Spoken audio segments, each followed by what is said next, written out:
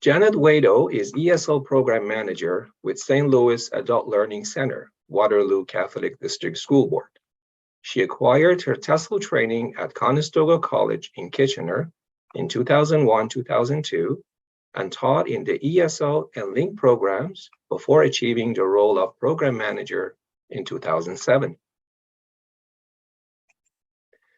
Last but not least, Katina Dykesel has been an education and employment consultant for the past 23 years, working in Canada, Korea, and China in post-secondary and employment and settlement organizations. For the past 10 years, Katina has coached over 1,000 professionals in job search strategies, helping clients find new career opportunities in a variety of sectors. And now I'd like to pass it to Corey. Thank you, Corey. It wouldn't be a meeting if somebody wasn't muted when they first started. So good afternoon, everybody. Thank you to TESL Ontario for having me. I'm certainly very pleased to share what I think is useful for you as you are looking to reaffirm a new career or to start your career. I am indeed the manager of English language studies at Georgian and have been there for a very long time. But I have definitely seen a lot of changes, certainly even in the last 3 years. So we always, when we're teaching, talk about these 21st century skills. And I thought for this presentation, it would be great for us to take a look at the top 10, and I'm going to tie them into the same 21st century skills that we seek to infuse our learning outcomes with at Georgian. And I do this because, there are just certain core competencies such as collaboration, digital literacy, critical thinking, and problem solving that are so vital. And employers these days are looking as much at the soft skills, such as, how resilient are you, and problem solving, and how resourceful are you. So I thought that, because these are really at the forefront for me as a hiring manager, I thought that I'd share with you some ideas around how to how to showcase your skills. Parker J. Palmer, The Courage to Teach, is probably one of my favorite books. And he talks about how good teaching cannot be reduced just to technique. And that is true, at least it resonates for me, because good teaching really comes from your philosophies and the integrity that you hold for yourself and for your students and the identity that you keep as a teacher. So let's look at my top 10 list for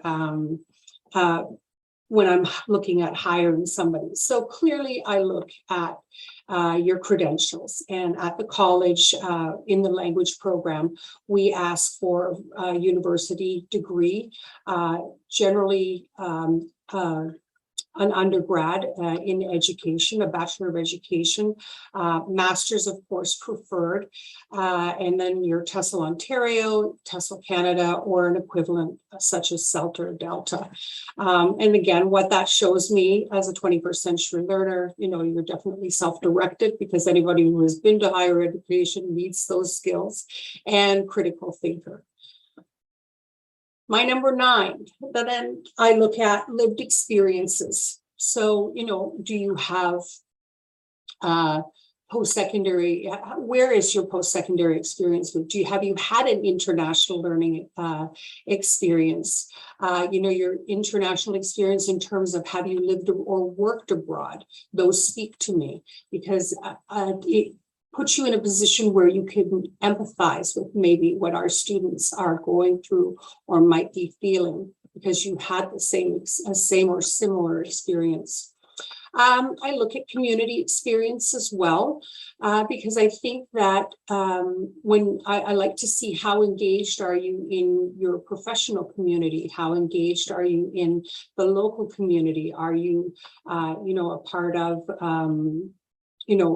like I say, TESL, are you a part of local newcomer programs, that kind of thing? Those, again, they're all part of shaping who you are and what your philosophies are, your core values. Number 8 for me, I look at an inclusive mindset and how how you convey interest in making your learning environment so that everybody feels seen, heard, and that they know they belong. Oftentimes at the college, when you do interviews, especially for full-time programs, and part of the process is to deliver a mini lesson. We give the faculty about 15 minutes. It's very important to pay attention to things like using universal design for learning practices and different modalities to engage the student. I also consider very closely how you fit with the team. Again, sort of a commitment to an inclusive, collaborative work environment. So again, if you're interviewing for a position with us, or you're looking for work in the program, what have you done to engage the team to collaborate and help raise each other, build each other up? Perhaps there's a project that you introduce. We do a lot of lunch and learns, which our faculty leads, so that they kind of are building each other in terms of professional development. And we talk about this a lot. We have now, a lot of our colleges have equity and inclusion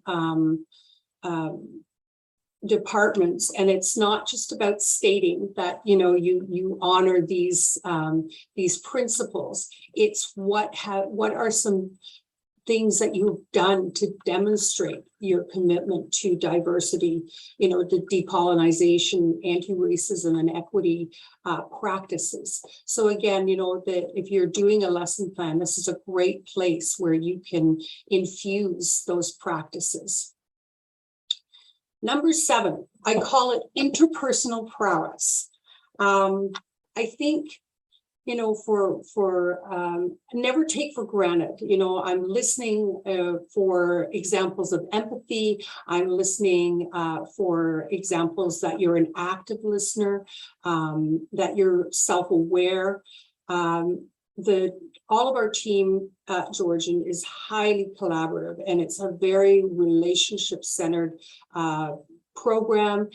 And when I say that, it's not just the internal stakeholders to EAP. We also think outward. We're advocates for our students pre-arrival, post-arrival, and their journey into post-secondary. So again, somebody who's very relationship-centered.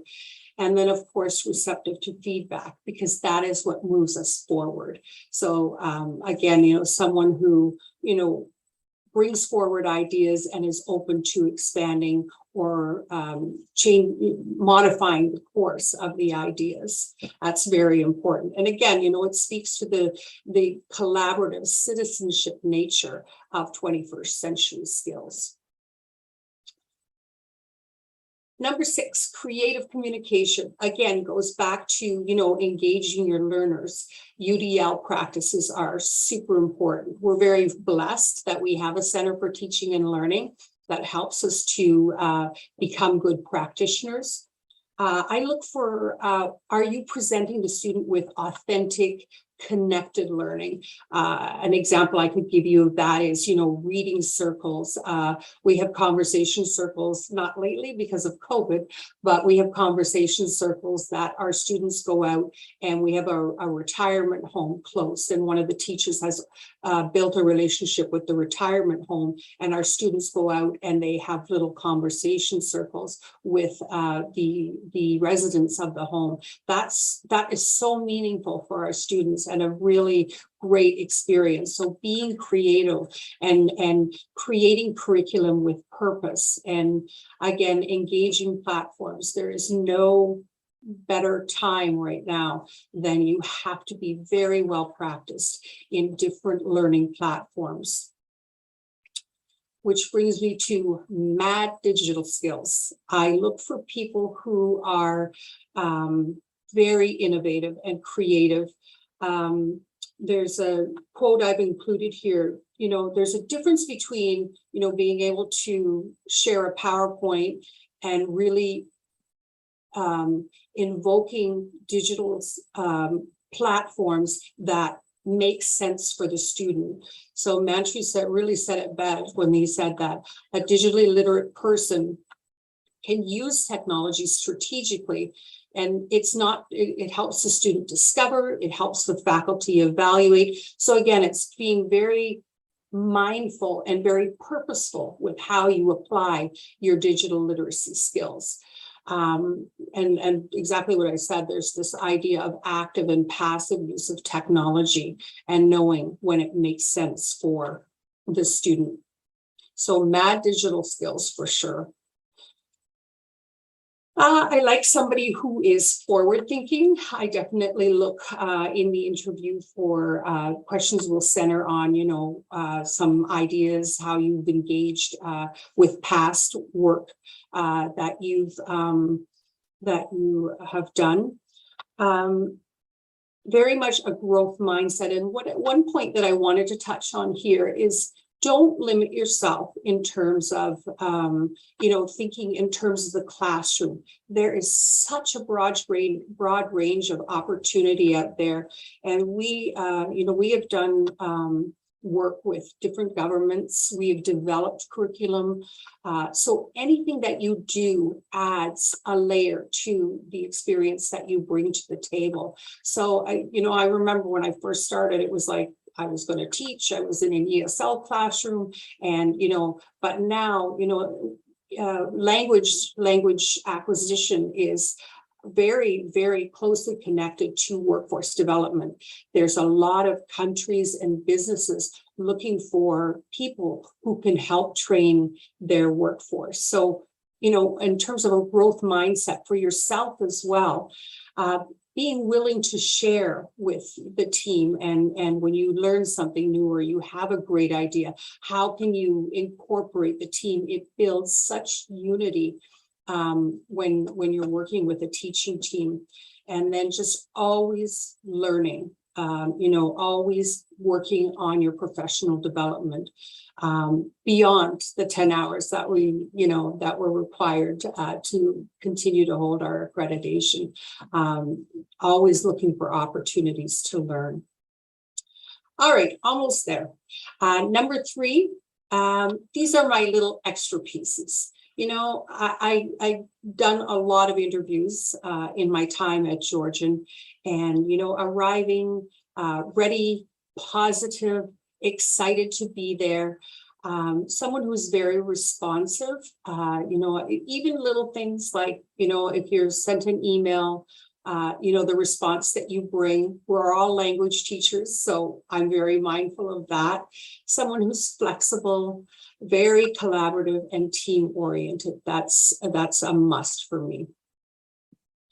Number 2, passionate.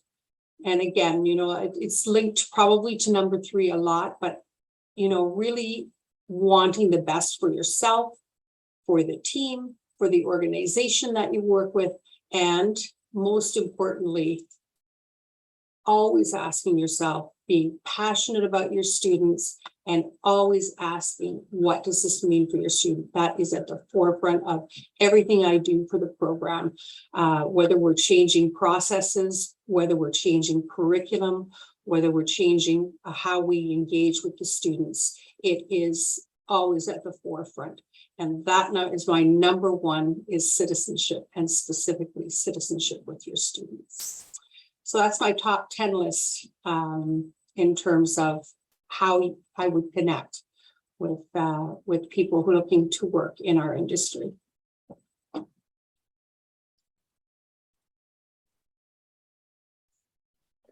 Thank you, Corinne. That was very informative.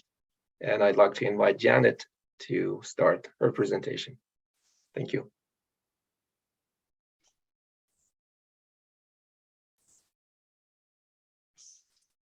Okay, hello everyone. So I'm very happy to be here with you. As you can see, I work for the Waterloo Catholic District School Board. We have ESL and LINK programs with Waterloo Catholic.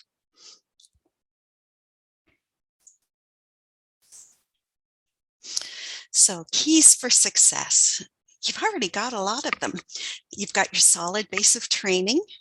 It's a good idea to stay curious and open and to be collaborative.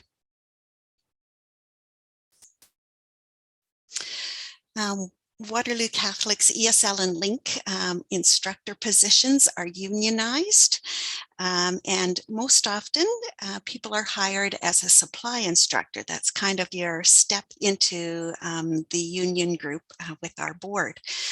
We do have a shortage of supply instructors, and I've heard that from many school boards in the last year. So it's a great opportunity for you now.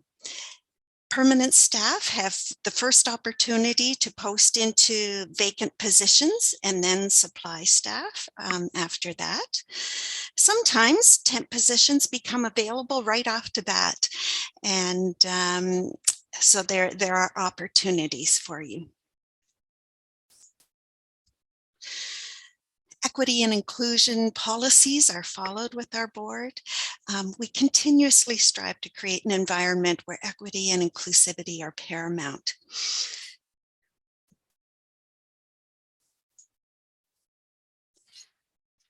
Anyone interested to apply with us needs to apply on the website.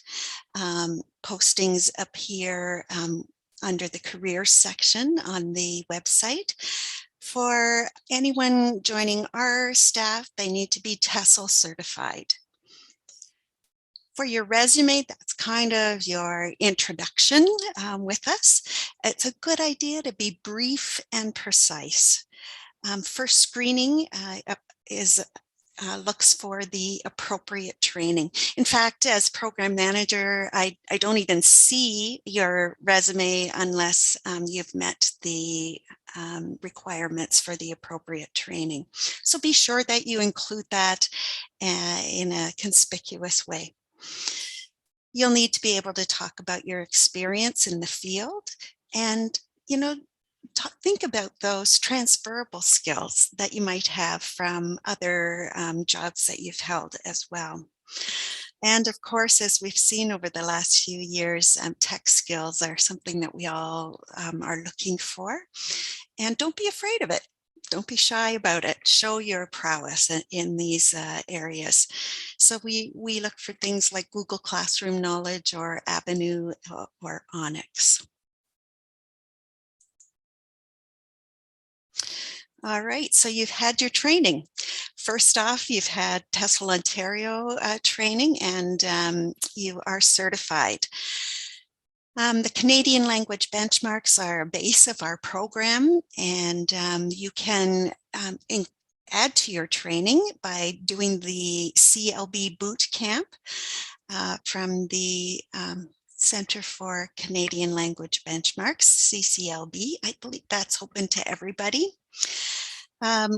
We do need training with PBLA. Perhaps your TESL program had an introduction to PBLA, but it's also possible that it will happen that once you're hired, you'll get additional training on PBLA. In fact, I don't think there's a lot that you can do on your own before you're hired with someone for that PBLA training. But some knowledge about what portfolio-based language assessment is would be helpful in an interview. Some general hints for interviews. It's a good idea to arrive a bit early. You certainly don't want to be late. Be ready to talk about your training, know as much as you can about CLBs and PBLA. As I mentioned before, talk about your experience teaching and also your transferable skills. Be ready to talk about your tech skills and be ready to talk about how you collaborate with others. Maybe that was in a previous job or through your training. These are important skills to have and to be able to highlight. Okay, transferable skills. Sometimes it's hard to think about what those might be, but here's a few that I think about. Be curious and open to continue learning. That that's evident in the training that you've taken, but you can show that in other things other than your TESL training, that you're open to learning. Be able to reflect on what worked and what didn't work, right? That reflection time is really important, and to show that you'd be able to then change what didn't work, that critical thinking piece. Being culturally sensitive, of course, is very important. Being a team player, to be able to collaborate with your colleagues, that's a transferable skill. Good communication, it's very important. And being organized is very important. There are administrative pieces to every role. And so showing that organization can be very important as well. Some of the things that we learned through the pandemic. And these are things that I hope that we don't leave behind, because they've been very important. Protect your time and take care of yourself. Use all the available resources that you have. That includes your peers. Collaborate with your colleagues. Be willing and ready to share. We've learned so much about technology, as I said before, and new ways of doing things. Now let's continue using it. In fact, in our program, we have both in-person and online classes. And even in our in-person classes, we are tech-based. We've asked teachers to post their activities for the day in the Google Classroom. So we're hoping to continue our skills with staff and with students. It's become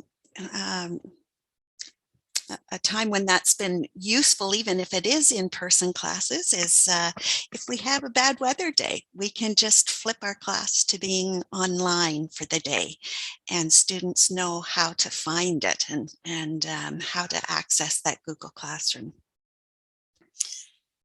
Even through the pandemic, the focus of our classes, we're still using that communicative approach. No sage on the stage. Our students are so knowledgeable. We learn from them, they learn from us. That communication piece is really, really important.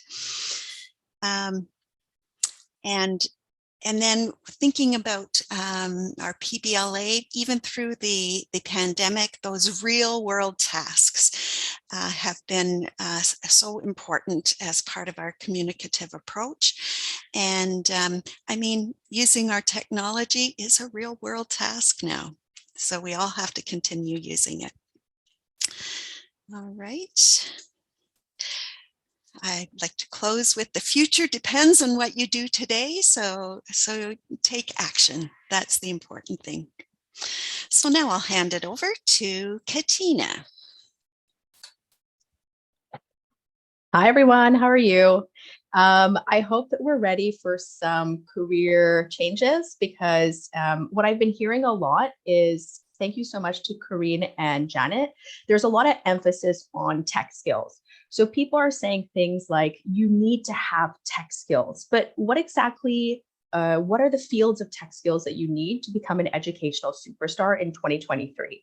And before I keep talking too much, I'm going to start my timer. Otherwise, you might be stuck with me here for hours. So before I move into my presentation, I do want to mention that when I completed my TESL in 2013, I was presented with a few options. Okay, the option was that you get to go into EAP, ESL, Link, or the school boards. And I thought to myself, there has to be something else. Outside of these really amazingly represented areas, what else is available to me as a TESL professional? And really over the past 3 to 4 years, I've used myself as kind of like a guinea pig test kitchen to see what jobs can I get with my training and education. And what I've been seeing, especially in the last 2 to 3 years, the pandemic has made educational professionals, this is our time. So if you're looking to pivot, building up your digital toolbox will really help you prepare to move forward, especially if you want to move into areas that are not EAP, that are not linked. Areas like instructional design, learning and development, corporate training, anything around these areas, tech is going to kind of get you there. So with that, let's head into today's presentation. So why should you listen to me?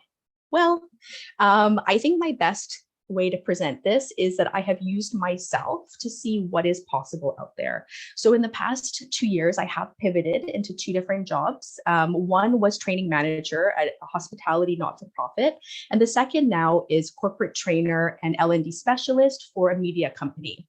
And so through the past 2 years, I've spent probably maybe around 100 hours going through hundreds of job applications on LinkedIn. And through there, I've created or compiled a list of 5 key tech areas that I have seen consistently over and over again in every job application I've applied to. So I'd like to share what those 5 areas are for you so that you can start adding them to your digital toolbox. So before I move into what those 5 things are, I do want to mention to you, sometimes we can get stuck in the mindset that we know enough. But really what the pandemic has taught me, especially as everything has moved fully online, is that technology, every time I think that I've mastered a new app, something else comes out that makes collaboration, reflection, interaction a lot easier. So I have to give up the idea that I know enough and really commit myself to becoming a lifelong learner, especially around tech. As we've already heard in Corinne and Janet's presentation, both of these hiring managers are looking for mad tech skills. So to be able to keep up those mad tech skills, you always need to be updating your knowledge and abandon the arrogance that you have achieved everything. Because I guarantee 3 or 4 years from now, there will be 5 new updates on that app you like and 20 new apps that could make your classroom a lot more engaging and interactive. So what am I going to talk about today? So I want to mention a quick thing about the changes in education as a precursor to why these tech skills are so important. After, I'm going to introduce the 5 tech categories that I've spent the last 3 to 4 years really developing. And then I'm going to go through each of them quite quickly, explaining some examples and a checklist that you can do to test yourself. And this checklist will help give you the sense if you know it enough to move on to the next category or the next option. At the very end, we will have time for Q&A. So what are some of the changes to education that has pushed tech and ed together? So the first one, which I'm not sure if everyone has heard, but we just went through a pandemic. And the result of this was 19 weeks of remote learning. So we did not have time to think. Everyone was thrown into a situation where in-person training was no longer possible, and we were expected to have a digital literacy knowledge to be able to conduct our classes. Some of us did, some of us didn't. But by the end, it's amazing how much I've learned to be able to create a fully virtual classroom. On top of that, words like asynchronous, synchronous, remote learning, virtual, hybrid, choice model, these concepts are again reinforcing the marriage between education and tech. So the reality of them being separated, I don't think that's going to be a possibility for us going forward. So really diving into these tech areas to build up your knowledge will make you more marketable when you start looking for work. Another thing we have to be mindful of is the shadow pandemic. In 2 years of lost schooling, many of our learners, young and older, mature, have lost out on many of those things that we do in face-to-face, interpersonal skills, pragmatic competence, communicative competence. And so there is a fear that these 2 years will result in anywhere between a $30,000 and $40,000 less earning potential for our students. So we have to learn how to mitigate this gap. And I'm finding that tech is really a great way to increase engagement, learner outcomes, a lot faster than what I was able to do in face-to-face environments. The last is the great teacher resignation. So there are a lot of people leaving the educational landscape, maybe because they're having digital literacy issues, maybe they're not receiving the tech support from their departments. But this is showing that those skills are essential, not just to find employment, but keep employment. So with this in mind, what are the 5 tools that I continually keep seeing on all the jobs that I've been applying to? There are 5 categories. The first is web conferencing. The second is LMS. The third is screen recording. The fourth is ICT apps. And the fifth is e-authoring tools. If you don't know what these words mean, don't worry. I'm going to do a quick deep dive into them. The first is web conferencing. Examples of web conferencing include things like Zoom, Microsoft Teams, Blackboard Collaborate, Google Classroom, and Skype. I have provided this slide deck to the administrators, and hopefully you will be able to get them afterwards, because you'll notice that each of these apps that I'm providing, I've linked in some information that you can do a little more research when you have some time. Most of us are probably using at least 2 or 3 of these regularly. But how do you really test yourself? When I learn something new, for example, let's say I'm learning Zoom, once I feel confident enough, I typically go through this checklist. So I see, do I know how to put it into HD video? Do I know how to screen share? Do I know how to record, edit, and share on multiple different platforms?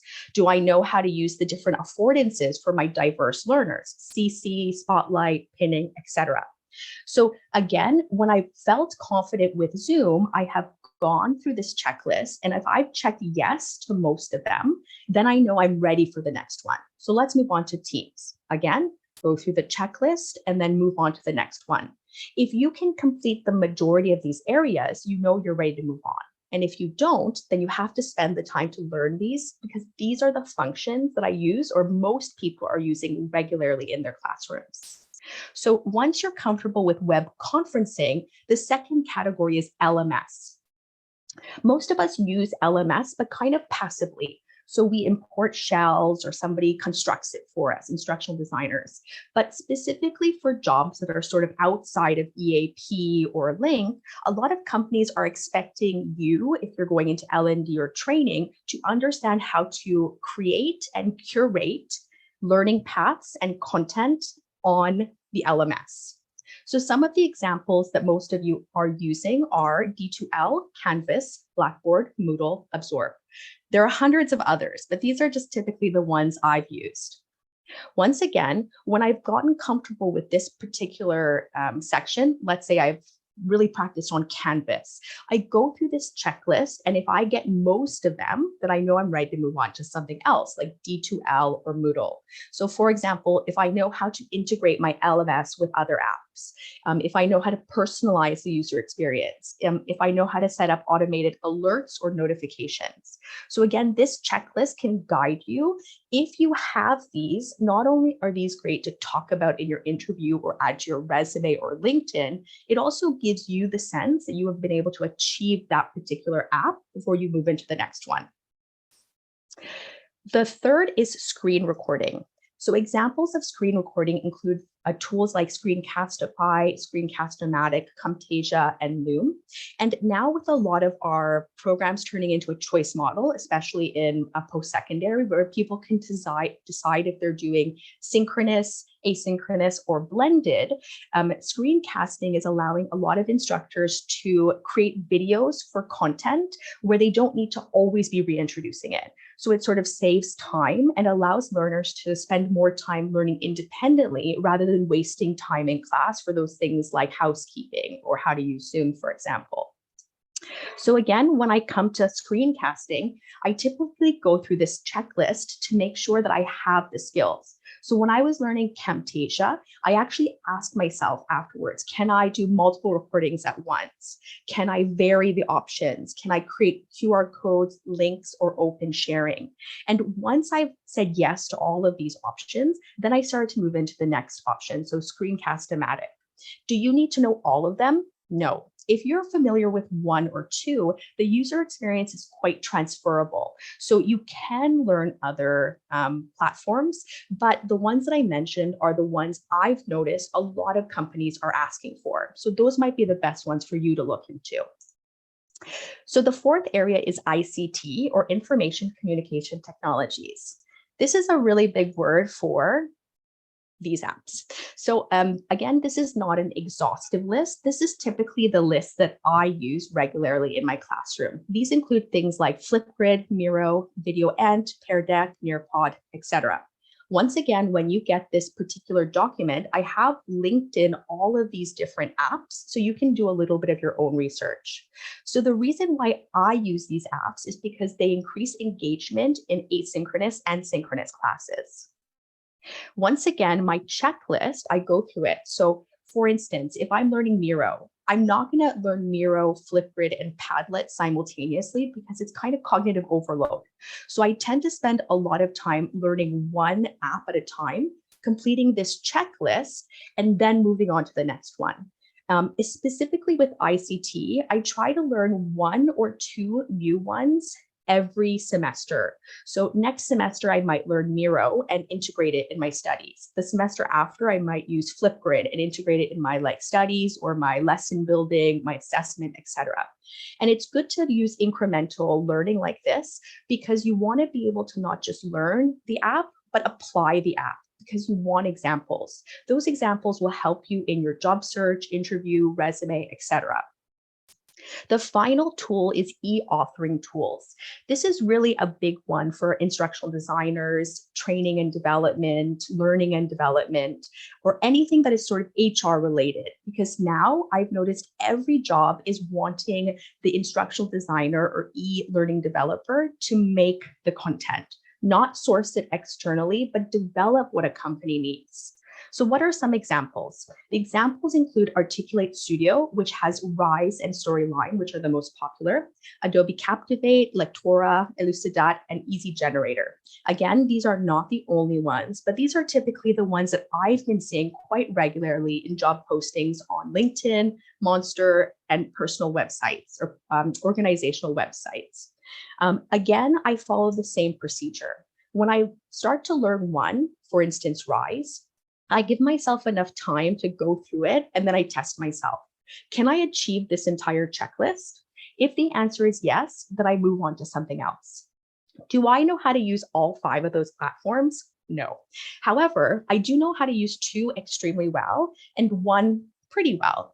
Once I have enough of the experience in 1 or 2 platforms, the transferable knowledge, you can move into other platforms quite easily. So I always set myself an objective where every semester I try to learn 1 or 2 new apps in any of these 5 categories so that I can keep adding them to my resume and my LinkedIn profile to make myself more marketable.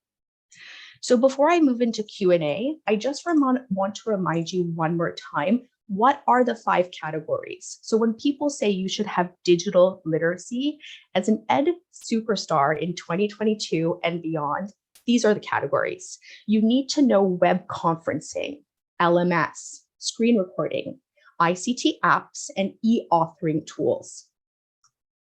And with that, I'm going to thank you so much. I think I might have gone a bit long, but I think it might be time for Q&A. And I'll turn it over to Shweta or Reza.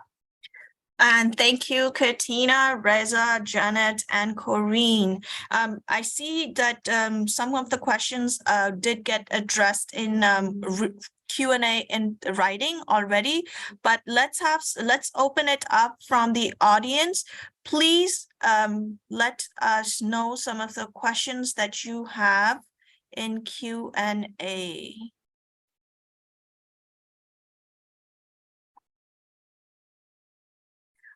Reza has answered one question, but I will open it up for everybody since we don't have anything else for now. A question for all the presenters is, I'm a brand new teacher. I have only been working for a month. I am tutoring and volunteering with CCLC. My question is, what opportunities are there for those of us who don't have OCELT certification, but instead have the TEFL 120-hour certificate? So Reza has added, but if Katina, Corinne, and Janet would like to jump in, thank you. I think I could maybe pop in first. So I don't know if I mentioned, but I haven't followed the traditional ESL, EAP link route. I've typically found work outside of these major areas. And in terms of your certification, even though those are exceptional for these public institutions, anything that is corporate facing typically doesn't ask for TESL designation. Does that mean you shouldn't have it? No. Okay, it's excellent training and really prepares you to work with diverse learners, but they don't tend to ask for it as much as working at a college, university, or school board. And so I would actually encourage you, if you are looking to build up your experience, but you don't have the TESL designation yet, look at LinkedIn and start looking for jobs like learning and development, talent management, training, corporate trainer, facilitation. So public institutions tend to want the designation, but private don't. So that could be a go round until you have time or money, whatever the case may be, to go back and do your designation. Thank you very much, Katina. Anybody else wants to jump, because now questions are pouring in? Should I continue to another question? I was just going to say, for the college system, the OSELT or OSELT equivalent is a must. You need it to work in the environment. But great advice from Katina to look for other avenues. And again, there's the opportunity to build on that certification or that designation. So do practicums at colleges. That's how you get seen there. That's a great way to sort of integrate yourself into the college system. Thank you. Reza, do you want to select questions from the for the presenters here? Yes, I'll just go down the list, and I guess the first question is for Katina. Katina, approximately how much do the corporate trainers earn? Good question. And so first I want to mention that I have a passion for EAP. I love working with university students. The only problem is I'm old and I'm kind of tired of the contract to contract shuffle. And so a few years ago, I decided to move into corporate rather than post-secondary. And it really depends on your experience. So typically, if you're a junior trainer, you're looking at about 65 to 75,000 a year.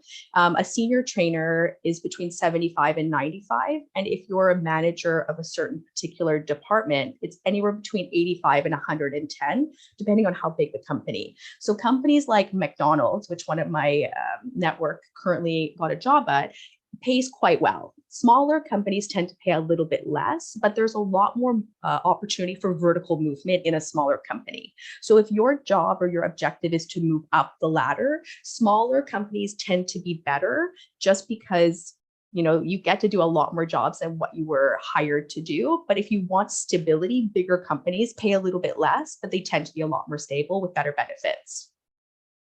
Thank you, Katina. The next question is for Corinne. Corinne, what is the best graduate degree to complete in order to teach at the college level? There's a few. Clearly, if it has a linguistics component to it, that would probably be number one choice, or TESL as another graduate degree.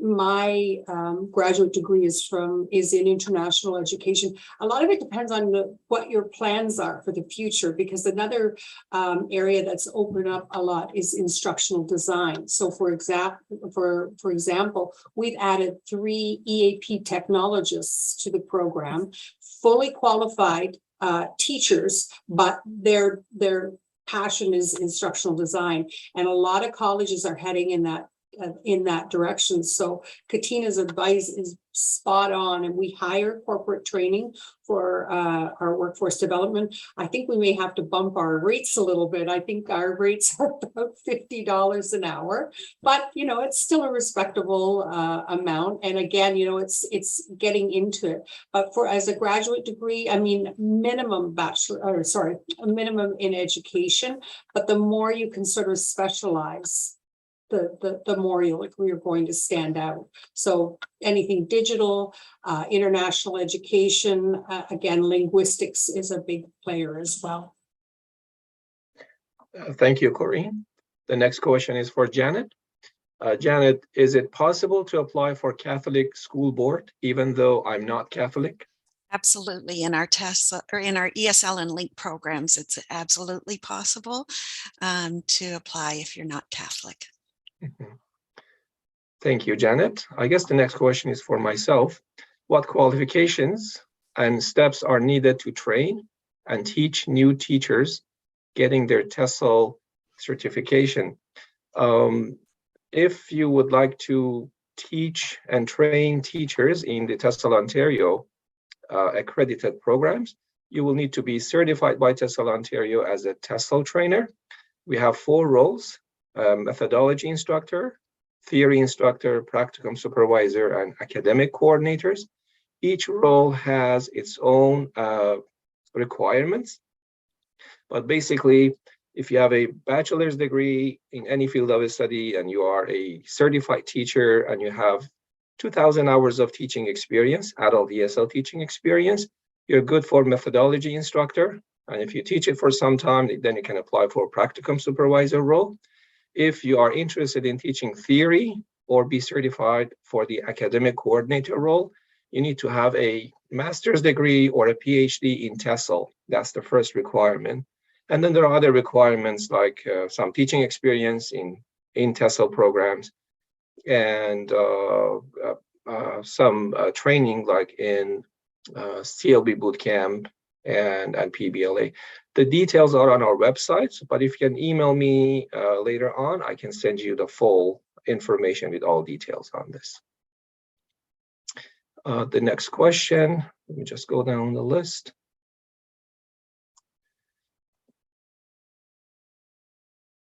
Katina, if you don't mind me asking, what was your educational pathway to this? I'm doing TESL, but didn't finish my degree.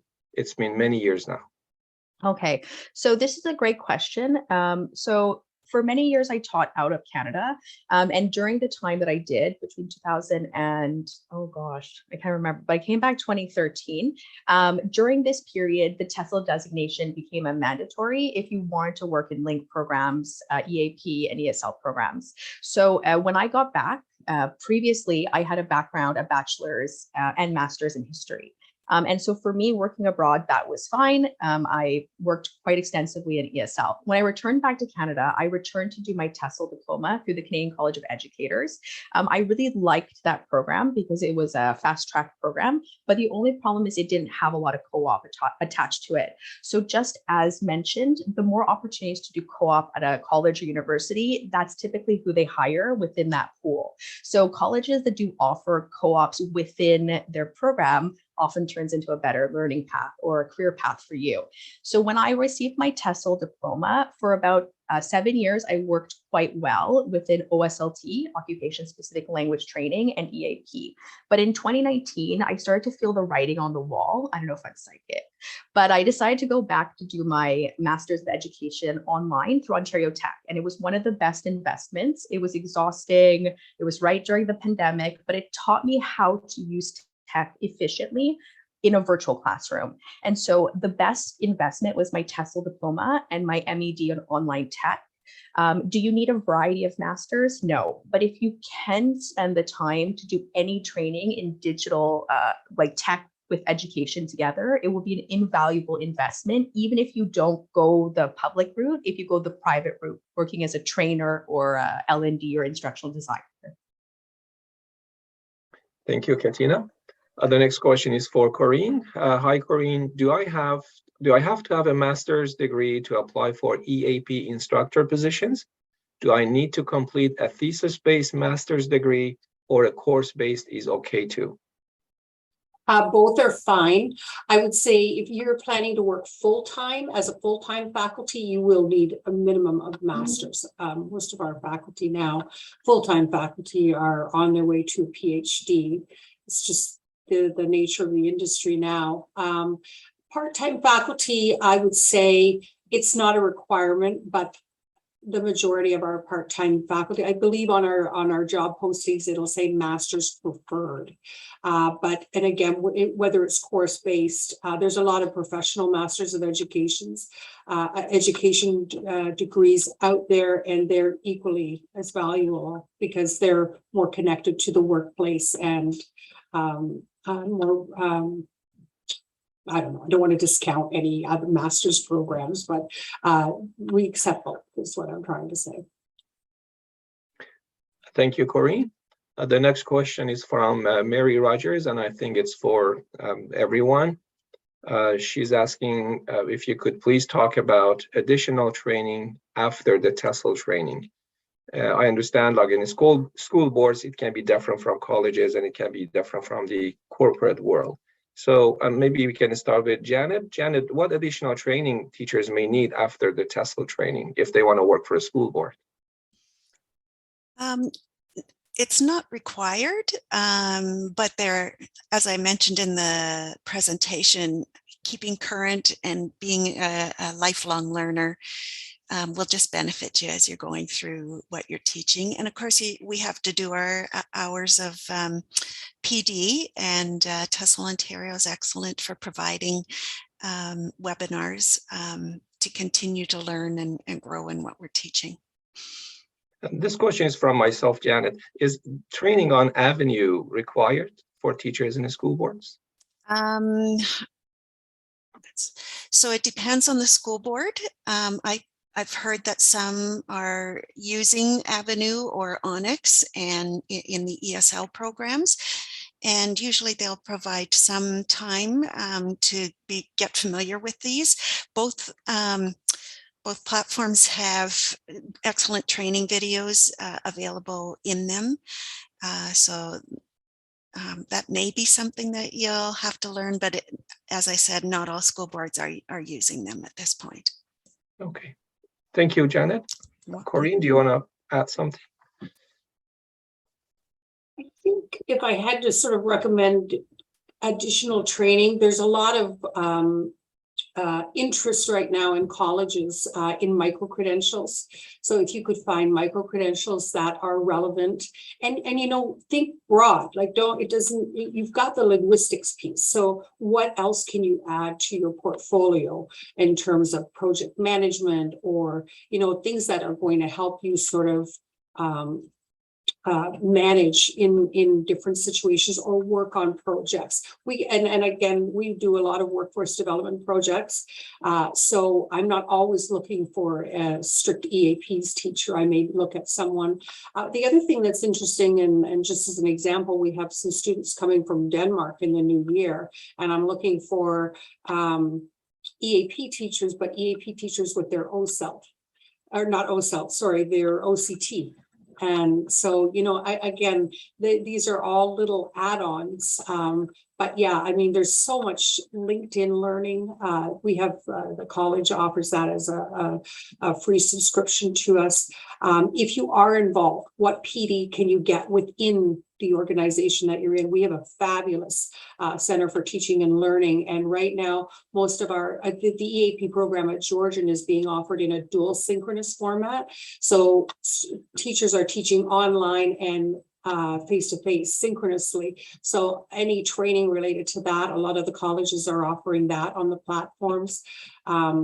So like I say, little sprints, you've finished your degree, you've got your master's, little sprints like micro-credentials, LinkedIn learning, all add on your resume and are of interest, certainly would be for me as a hiring manager. That's great, Corinne. Thank you. And Katina, is there any additional training that you would recommend?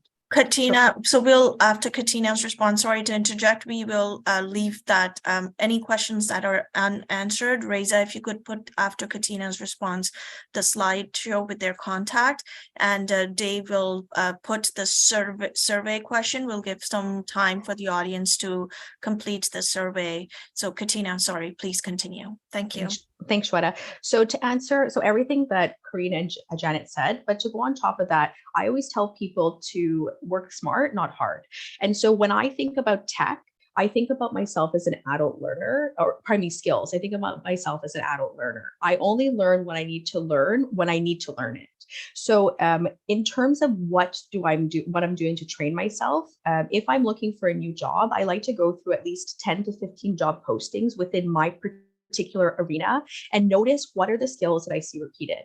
And if I don't have those skills, I fill those skills, okay? Because it's very targeted. I know that they're going to ask me that in that job interview, so I better have it at least to some working knowledge. And especially around tech, I create a matrix. So I divide it into those 5 categories and I list a variety of very popular apps that I keep seeing coming up over and over, and I start to commit myself. So like this is October, I'm going to learn Padlet. Next month is November, I'm going to learn Miro.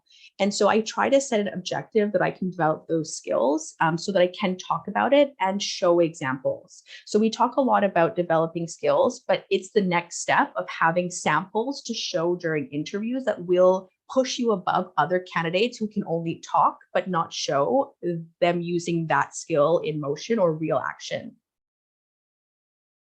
Thank you, Katina. And I'd like to now share the contact information of our panelists. While Reza is putting up the slide, we want to thank you, all the attendees today, for being with us.